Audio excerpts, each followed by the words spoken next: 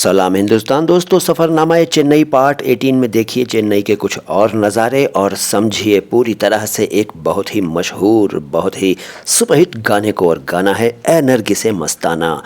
ये बताने से पहले कि इस गाने के शब्दों के, कठिन शब्दों के क्या अर्थ हैं और इस पूरे गाने में क्या क्या कहा गया है, मैं आपसे कहना चाहूँगा कि वीडियो को लाइक कर लीजिए, क्योंकि बाद में आप लाइक करना भूल जाएंगे। और चैनल को सब्सक्राइब नहीं किया है तो सब्सक्राइब भी कर लीजिए। शुरुआत करता हूँ। ए नरगिसे मस्ताना गाना जो है ये आरजू फिल्म में था और मोहम्मद रफ़ी ने गाया था। शंकर जयकिशन के संगीत से सजा था, हसरत जयपुरी का लिखा हुआ था और पर्दे पर राजेंद्र कुमार और साधना। राजेंद्र कुमार वही हैं जो कुमार गौरव के पिता हैं। कुमार गौरव को नई जनरेशन कम जानती होगी, लेकिन खैर राजेंद्र कुमार साहब कुमार के पिता तो हैं ही, कुमार गौरव के पिता तो हैं ही, बल्कि थे कहना चाहिए। और साधना, मशहूर हीरोइन साधना, उन पर पिक्चराइज्ड है ये गाना। गाने की शुरुआत में रफ़ी साहब बड़े ही शरारती अंदाज से कहते हैं ए, और फिर गाना शुरू होता है ए नरगिसे मस्ताना बस इतनी शिकायत है। ए हिंदी में हे के बराबर है। कहते हैं ना कि हे भगवान, तो हे भगवान को उर्दू में अगर आप कहें तो हे की जगह ए लगा देंगे। ए भगवान या ए खुदा या जो भी आप कहना चाहें, तो हे ए है। और ए जो है एड्रेस करता हुआ शब्द है, संबोधन वाला शब्द है। नरगिसे मस्ताना क्या होता है? नरगिसे मस्ताना का मतलब है वो नरगिस जो मस्ताना हो। मस्ताना का मतलब मस्त जैसी, मस्तों जैसी। और नरगिस एक फूल होता है, डैफोडिल भी कहते हैं अंग्रेज़ी में कुछ लोग इसे। और नरगिस एक बड़ा खूबसूरत फूल है और इसका जो शायरी में इस्तेमाल है वो महबूबा की आँखों की तुलना के लिए किया जाता है अक्सर।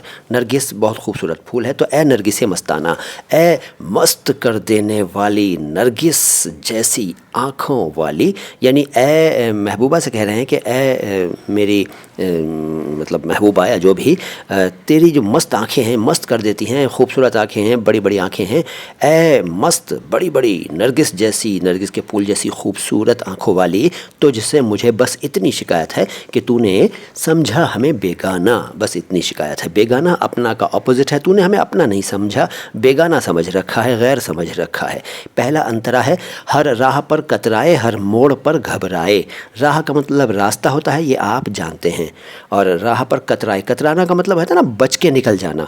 जब आप जा रहे हैं, सामने से कोई आ रहा है और आपको देखकर वो बच के निकल गया, मतलब आपसे बात नहीं करना चाहता, शो भी नहीं करता कि उसने आपको देख लिया है, तो उसे कहते हैं कतराना। तो तू जो है हमसे हर राह पर, यानी हर रास्ते पर जब भी मिलती है कतरा जाती है। कतराना मतलब बच के निकल जाती है।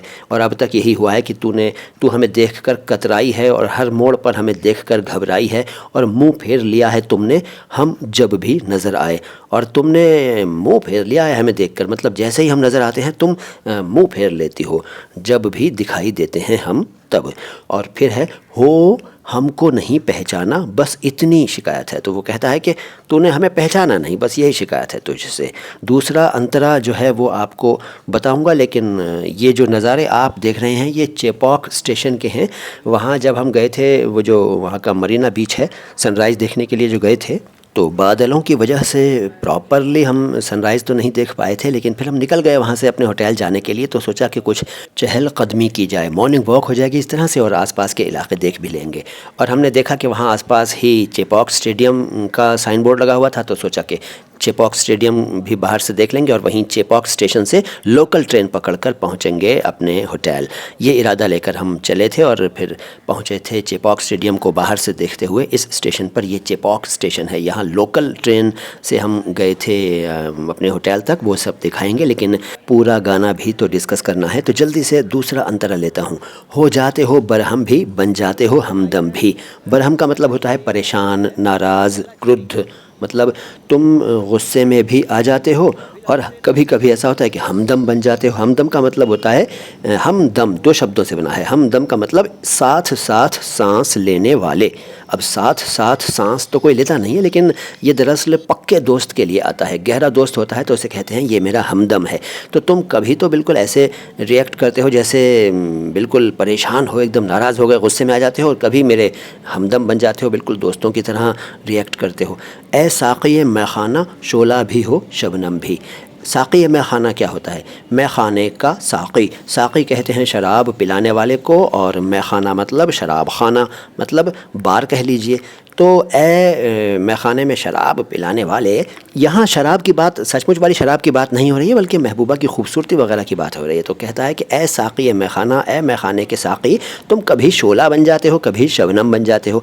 यहाँ शोला का मतलब यह है कि कभी तुम गुस्से में आ जाते हो और कभी एकदम कूल हो जाते हो, शबनम बन जाते हो। शोला का मतलब होता है फ्लेम, लपट, ब्लेज़, और शबनम ओस को कहते हैं, ड्यू, अंग्रेज़ी में DEW, ड्यू, ओस, शबनम। तो कभी तुम एकदम क्रुद्ध हो जाते हो, गुस्से में आ जाते हो, और कभी एकदम कूल, ठंडे ठंडे हो जाते हो। मतलब एकदम मिजाज ऐसा होता है तुम्हारा कि लगता है कि बहुत ही कूल हो तुम। और फिर आगे आता है हाय कहते हैं, और फिर कहते हैं कि खाली मेरा पैमाना, बस इतनी शिकायत है। खाली, खाली नहीं, खाली। और पैमाना क्या होता है? पैमाना शराब के प्याले को कहते हैं। तो यहाँ कह रहे हैं कि भाई मेरा पैमाना खाली है अभी तक, बस यही शिकायत है तुमसे। मतलब तुमने हो तो तुम पूरे मैखाने के साक़ी, यानी मालिक हो एक तरह से, जिसको चाहो उसे पिलाओ, मुझे नहीं पिलाते, मेरा गिलास खाली है। इसके बाद इस गाने का तीसरा और आखिरी अंतरा आता है, लेकिन उससे पहले आ गया है ये Chennai central station. Park town station पर हम लोकल ट्रेन से उतरे थे और वहाँ से टहलते हुए यहाँ आ गए। सामने ही है दोनों स्टेशन, बहुत दूर नहीं है मतलब कहना चाहिए। फिर हम होटल पहुँच गए और ये वहाँ के हमारे रूम के नज़ारे हैं। अखबार देखते रहिए और जानते रहिए तीसरे अंतरे के बारे में। हर रंग क़यामत है, हर ढंग शरारत है। क़यामत आप जानते हैं प्रलय को कहते हैं, प्रलय, आखिरी दिन दुनिया का, जब दुनिया ख़त्म हो जाएगी। लेकिन यहाँ क़यामत का मतलब यह है कि तेरा हर रंग अनोखा है, एकदम एक्स्ट्रा ऑर्डिनरी है, यूनिक है। और तेरा हर ढंग शरारत है। शरारत का मतलब चंचलता, चपलता, नॉटीनेस, मतलब तेरा हर ढंग ही शरारत भरा होता है। दिल तोड़ के चल देना, ये हुस्न की आदत है। फिर वो अपने आप को समझाता है नायक और कहता है कि चलो कोई बात नहीं, ये तो आदत है हुस्न की, मतलब हसीनाओं की। यहाँ हुस्न सौंदर्य का अर्थ नहीं देगा, बल्कि यहाँ हसीनाओं के लिए, यानी प्रेमिका के लिए हुस्न शब्द का इस्तेमाल किया गया है। तो शायर कहता है, अपने आप से कहता है कि भाई दिल तोड़ के चल ही देती हैं हसीनाएँ, ये उनकी आदत है। फिर हाय कह के लाइन आती है आगे, आता नहीं बहलाना, बस इतनी शिकायत है।